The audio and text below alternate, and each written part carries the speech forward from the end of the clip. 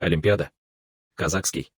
Аламан-Бегие термин «Олимпиада» основан на казахском слове «алим», что означает «смерть», «возвышение», и связано со словами «алим» — «мир», «оуэли» — «великий», «алып» — «гигант», «алматы» — «гора всемогущего», «райская гора» — «гора мира», и «Аламан-Бегие» — «великие скачки», «состязания великих». О сходстве косако-кифсакских традиций с эллинскими писал сам Геродот, имея в виду обычай древних казаков, который называется ас-или-кудай — «божие угощение», «жертвоприношение», «великие поминки», проводимые через год после кончины человека и повторяемые на 3-й, 5-й, 9-й год и так далее, во время которых устраиваются разные соревнования, включая Аламан-Бегие и борьбу.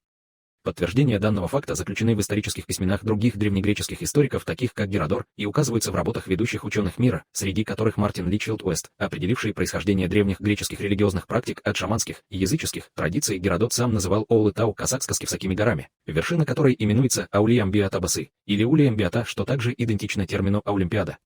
Вероятнее всего, под названием древнего поселения Илиды/Илис/Или, в котором находился Олимпия, имеется в виду казахская ел, улыс — страна, народ, страна тюрков, или владеть, владение, месить, и соответствует казахским топонимам как Или и Улытау. Позже данное место было связано с культами Зевса и Геракла, которых древние греческие источники, включая Геродота, признавали как предков казаков. Имя Зевс, Жеус или Деус имеет свое казахское происхождение от Жаик, покровитель земли и воды, молниеносец, всеобхватывающий. Другими вариантами имени Жаик является Орс, Жаюис, Жауши, Жебе, Жус и Дау.